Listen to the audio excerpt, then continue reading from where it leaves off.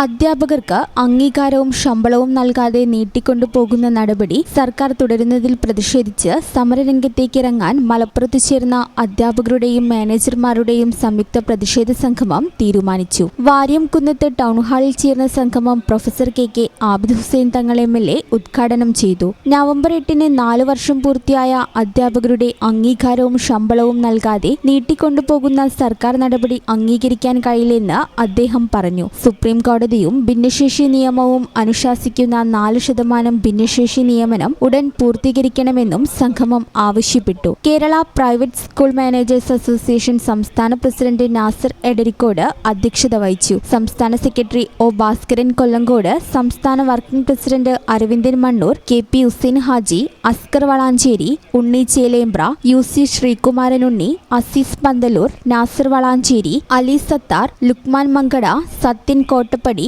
ബിജു മേലാറ്റൂർ, അഷ്റഫ് അലി താനൂർ തുടങ്ങിയവർ സംസാരിച്ചു.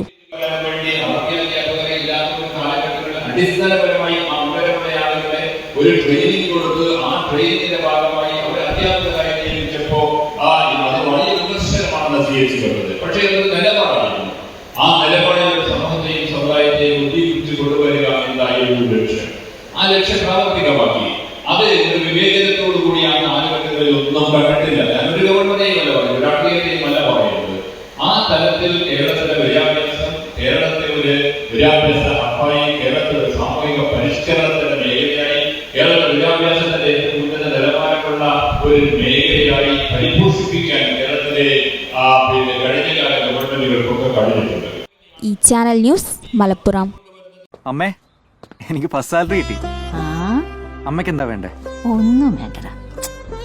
പറയമ്മേ. എന്നാ നീ ഒരു കാര്യം ചെയ്യും, KSF-ൽ ഒരു ചിട്ടി ചേരും. KSF-യോ? ഹായ് വേണുമാമ. എന്താ ഒരു ചിരി? നീ ഇരിക്കുന്ന MNC ജോലിക്കുള്ള എഞ്ചിനീയറിംഗ് ഡിഗ്രിയെ ചേച്ചി KSF ചേർന്ന് ഉണ്ടാക്കിയതാ.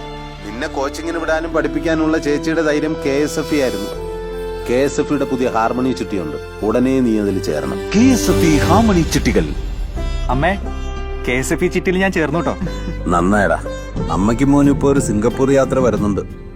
KSF ഹാർമണി ചിട്ടിയിൽ ചേരുന്ന 100 ഭാഗ്യശാലികൾക്ക് സിംഗപ്പൂർ യാത്ര സൗജന്യം. KSF, ഈ നാടിന്റെ ധൈര്യം.